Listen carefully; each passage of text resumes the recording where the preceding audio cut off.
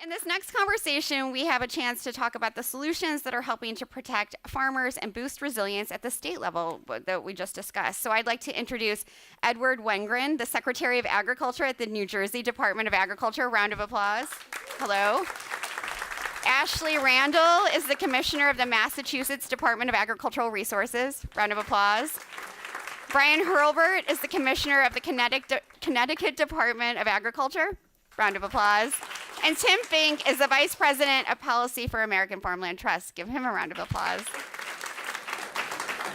Before we begin the conversation, I want to thank a few of our in-kind partners for making the event possible, including our reception later, Bobo Link Cheese and Bread, Forager Project, Nature's Path, Applegate, and Driscoll's.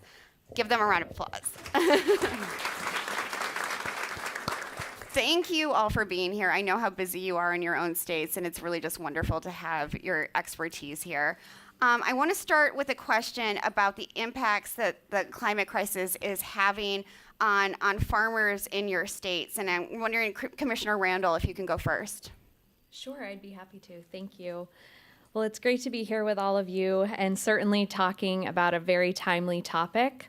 When we think about the climate crisis, I think back to 2023, where in Massachusetts we had a February 4th freeze, a May 18th frost, and flooding that started in July and continued for several weeks throughout the western part of our state, and the impacts that it had on our farming community. We didn't have peaches, and certainly as consumers, we know that everyone loves peaches and having a fresh peach in the fall.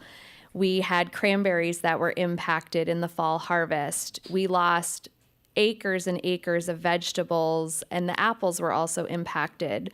So for our farmers, the word that really comes to mind is resiliency, and how can they be more resilient in planning for future years. This past year, we had a drought. And so no 2 years are the same, and we're seeing more and more of those extreme impacts.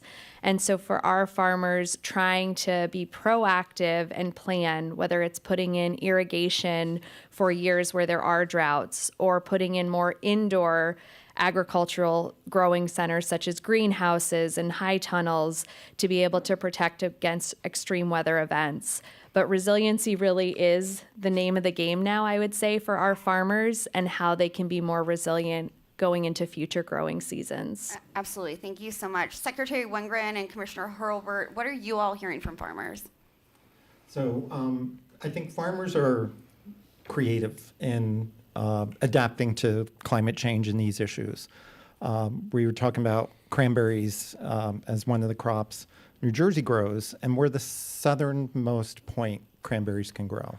So as our climate gets warmer, that's going to be a challenge for the industry. And they're spending their money on research to make more heat-resistant varieties. Mm-hmm.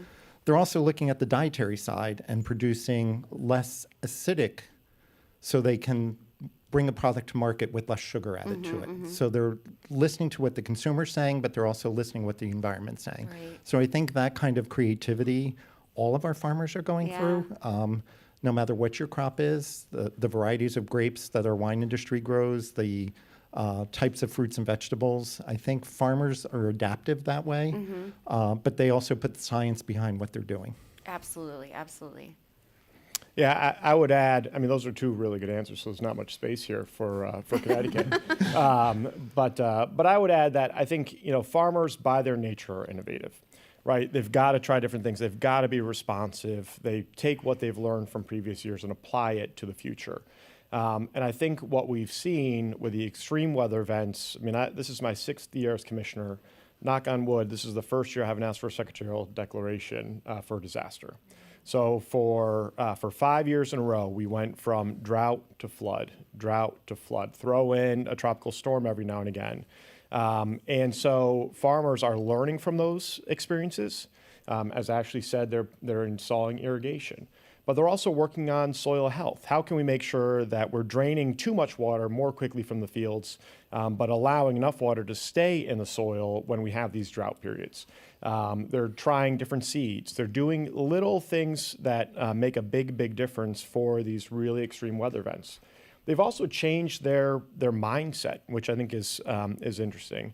It used to be, you can have a bad year every 5 or 7 or 10 years, and you use the good years to build up capital, build up equity, buy new pieces of equipment, invest in your farm. And when you have these extreme weather events every year, you never get ahead. And so as a commissioner in Connecticut, my thought is, how do we help people get ahead? What state investments can we make, whether that be in programs or technical assistance, or partnering with our federal USDA agencies to make sure that they can make those investments? Because the best farm is going to be a profitable farm that's going to stick around for the next generation. I want to stay on that point for a minute because I think it's something really important that you're identifying. There's no question that farmers are creative, they're adaptive, but extreme weather events are happening more and more frequently, and they're more and more severe. And what you've described, building that resilience, building that adaptability can be costly. And so is what is happening at the state level for all of you enough? Or I mean, the federal cuts are having a big impact. You're going to give us some money now? Is that the next part of it? I wish I could. Danny, I didn't know that when we got here. This I is wish I wonderful. could. Thank you. I'll say from the farmer perspective in Connecticut, in 2023, we created with the legislature and AFT's help the Climate Smart Ag and Forestry Grant Program. And I was petrified because you worry that nobody's going to apply for this grant pool. We had $7 million, which was a big program for Connecticut. So we went out and we hustled the department. We made a lot of phone calls. We did a lot of listening sessions. We talked to organizations. And we said, here's what we can do. We need to move this money quickly, and it needs to be adaptable to whatever the individual farm is going to do. And state bureaucracies don't always respond that well to those sorts of challenges. So we did large grants to multiple organizations who were re-granting after that. So I was worried we wouldn't be able to spend $7 million. We're going to look like idiots to the legislature and to the governor's office that we asked for all this money and nobody wanted it. We had requests from 74 organizations that totaled $55 million. So when people say, do farmers want this? Yes. Yes, they need help getting there, but they absolutely want it. They need it. They want to make their investment in the farm, and so we've been able to use that money very wisely. But that was a demonstration to me that there's this huge need out there, this unmet need that the feds, and this was before the federal cuts. The feds haven't met. Yeah, Tim, I want to ask you what American Farmland Trust is seeing in the rest of the country. Yes, I think when you look at the West, for instance, you're looking at snowpack issues.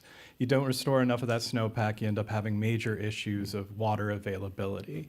You go even further west to California, you see the wildfires. I'm originally from Iowa, and in the last 10 years, my parents have had 2 derechos that they've experienced. That was a word they didn't even know existed until recently.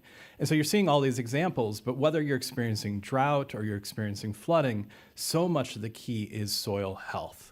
And if it were easy, it would be done. In fact, it actually costs money for farmers to do these types of practices. They need technical assistance to do these practices. The federal programs often provide cost share, which is only covering a portion of the cost of doing a new practice like cover crops. And in fact, the federal programs, the chief program, like the #1 funded program is the Environmental Quality Incentive Program, that turns away 2 out of every 3 farmers historically. Just that's how much demand there is and how little supply. Yeah. Commissioner Randle, if I can turn to you now. Massachusetts put out an exciting plan focused on land protection and viability. Can you tell us a little bit about that and want other folks to learn from it? Sure. So in December of 2023, we launched the nation's first farmland action plan to really focus on farmland access, viability, and protection. We know that through AFT's Farms Under Threat report that by 2040, we're expected to lose 74,000 acres of farmland in Massachusetts if we don't have a very intentional intervention. So that really prompted us with that stark number when we saw that to be able to swing into action. We developed the plan and wanted really to make it a plan for long-term, looking to 2040, 2050, and what resources were needed to help farms not only access land, but the viability piece is really critical. It's one thing to have land access, but how can you have a sustainable, viable business on the land? And so we recognized, and I think everyone will agree, that partnerships are really key to be able to help farms, whether it's funding or technical assistance. We need to have partners in this work. So most recently, we launched a grant program for around $2 million to bring in partners to help support the action items within the plan. So regional planning commissions, municipalities, nonprofits, farming organizations, and really the goal is for them to partner with us to identify what action areas within the plan they can help implement. And that way we'll be able to protect land at a faster rate and also make it more accessible to new and beginning farmers in the coming years. You mentioned this viability piece, and I think this is so key to what we're talking about. To make to have young farmers want to stay on the land or come to the land, they need to be economically viable and sort of intellectually stimulating. Farms need to be places where people are learning constantly. Can you talk about sort of the technology and innovation that's happening? Sure. So I think to your question, when we look at farm viability, there is an interest in being able to adapt and to incorporate the innovation on farms. A lot of that, again, goes back to funding. So at the state, we've really prioritized different grant programs through our Climate Smart Ag program to help with energy investments on farms, whether it's agrivoltaics or roof-mounted solar to help bring down those costs and also move towards a more sustainable energy future on farms. For our dairy sector, they're very excited about robotic milkers, and with labor being a challenge in addition to land access, we have 95 licensed dairies in the state, and 12 of them have gone to robotic milkers, and we've helped to fund that on farm. Also anaerobic digesters and being able to help in terms of food waste and creating energy on the farms. So innovation really is key to the future viability of our farms, and I think in the Northeast we're really well positioned in terms of our commitment to climate smart agriculture and the goals that we have as states to be able to move towards the greener future and a more viable future on farms. Absolutely. Secretary Wengryn, are you seeing some similar examples happening in your state, New Jersey?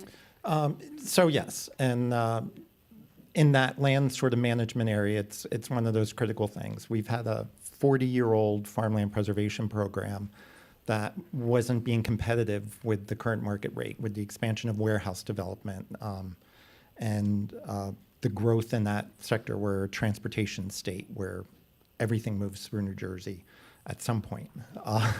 But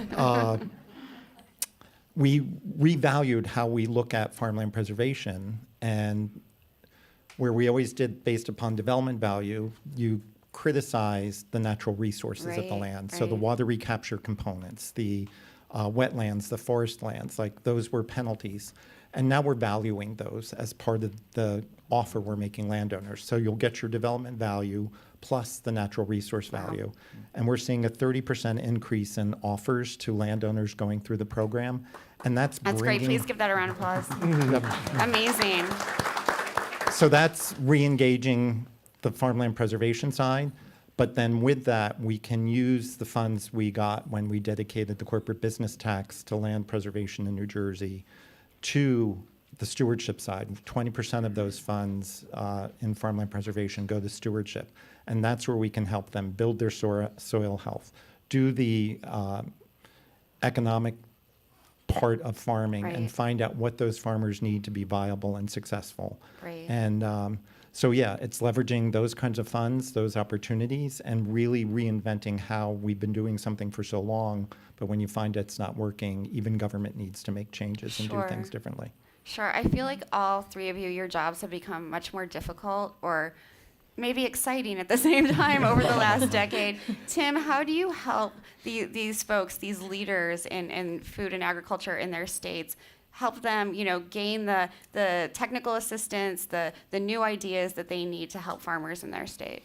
I think, for one thing, AFT has played a pivotal role in providing on-the-ground support for farmers, some of the education on soil health.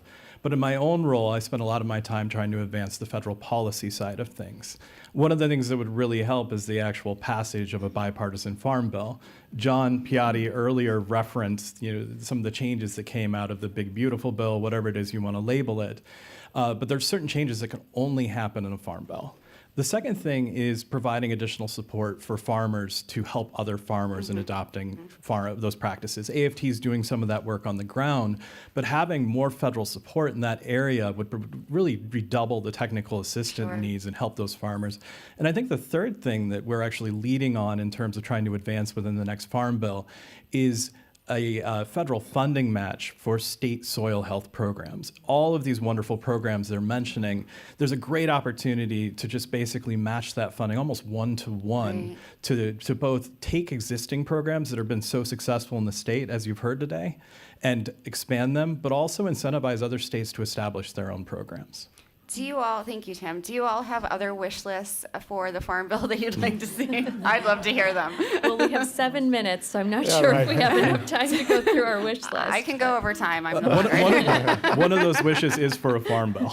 Right? Yeah, right, yeah. Exactly. That's at the top of the list. One of the things that's been on my mind for the past couple of years with these extreme weather events, and we talk about new and beginning farmers, we talk about diversified farms in the Northeast.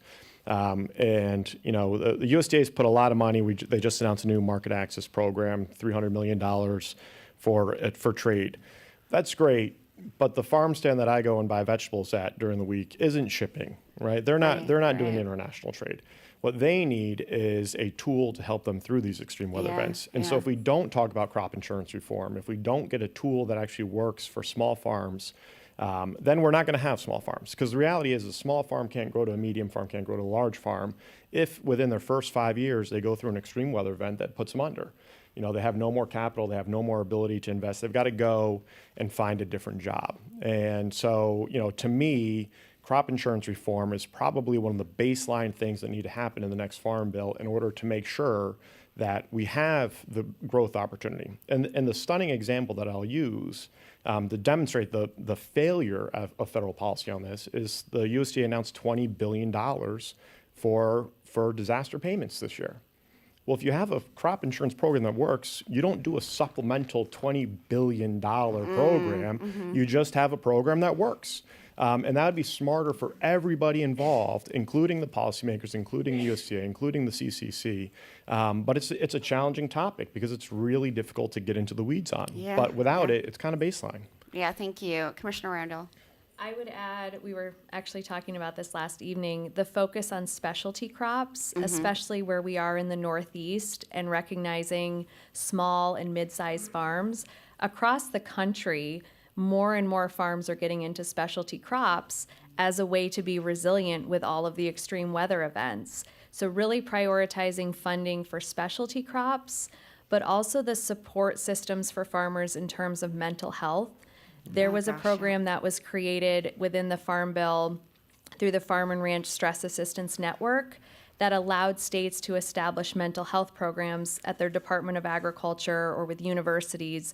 And that program has been critical for our farmers, especially in 2023 with all of the weather events.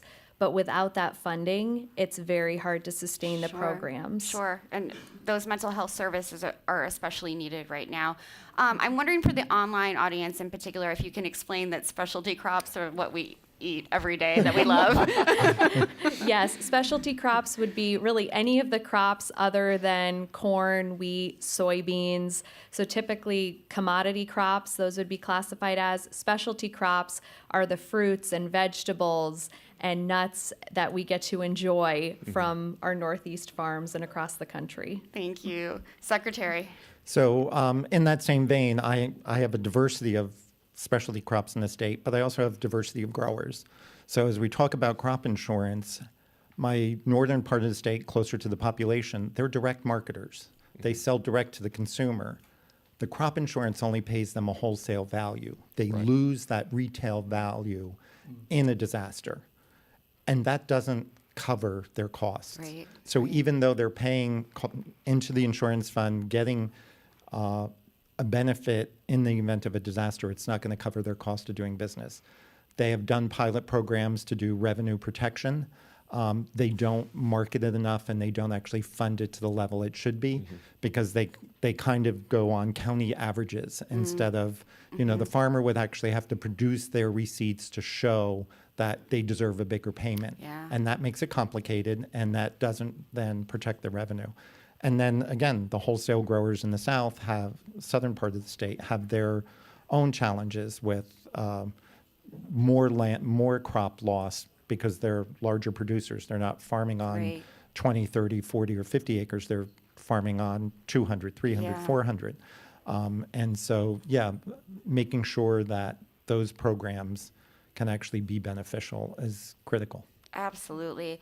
We have a couple of minutes left, and in my role as a communicator, I hear a lot from young farmers who are really, really interested in gaining access to land and growing those specialty crops that we all enjoy. I wonder what advice all four of you have for young farmers who are feeling the pain of what's happening in the world right now. Secretary Wengryn, do you want to go first? So I got encouraged this year as we were doing our Ag Convention policy development. Half of the farmers that were in the room to do our resolutions process were under 45. And so to me, that's showing there's an encouragement. And I think that's one of the things they need to do, is to come to the table to say, we want to shape the policies that are going to impact us. So it's great that you've amended the Farmland Preservation Program and that we're going to have better access to land through this. You have to help us get there. Right. We have to be part of the economic engine that does that. And so we are looking at ag viability and new and beginner farmer programs in the state. We had our first issue of our new beginner farmer report earlier this spring, and that's going to guide how we start moving forward. Exciting. Thank you. Commissioner Randle. Sure. So someone that I really admire, Congressman McGovern, I was with a couple weeks ago, and he was saying how it's easy to feel hopeless, but when we look around at the farming community, you feel hopeful. And I thought that was well put, because we do see an increased interest in young farmers wanting to come to the Northeast and start their farming operations. And whether it's on an acre or 10 acres, we've been able to connect them with resources at the department, but also other farms for mentoring programs and to have that mentorship. And I think that's really key as young farmers try to get into the industry. So we're really trying to make those connections through a beginning farmer course, through mentorship opportunities, as well as a land licensing program that we have at the department, where it's $100 a year to lease the land for 5 years and gain access to the land. And that's the first time many young and new and beginning farmers are able to really get onto the land and start their businesses after those 5 years. Very cool. Thank you. Commissioner Hurlburt. We've got 5 seconds, so I'll be No, quick. you're all right. I gotcha. think I think don't give up. Number one, it's challenging, but don't stop doing it, right? Yeah. Because that's the first thing. Let's get over that hurdle, and then I would say get involved. Not only to Ed's point on with policymakers, they need to hear you, just like any other small business. Every legislator wants to do a ribbon cutting. Every legislator wants to see, a new small business in their district. Invite a legislator to the farm. But get involved with your fellow farmers. Go to the farmer meetups, whether it be something like a Farm Bureau meeting, or in Connecticut, we have a new Connecticut Farmer Alliance, and share your story and listen to the stories that are in the room, because you're not the first person to have some of these challenges, and take Right. advantage of that cumulative knowledge that we have as a community. Amazing. Such good advice. Thank you all so much for being here. Thanks to Tim as well. Thank you. Please give them a round of applause. Thank you all.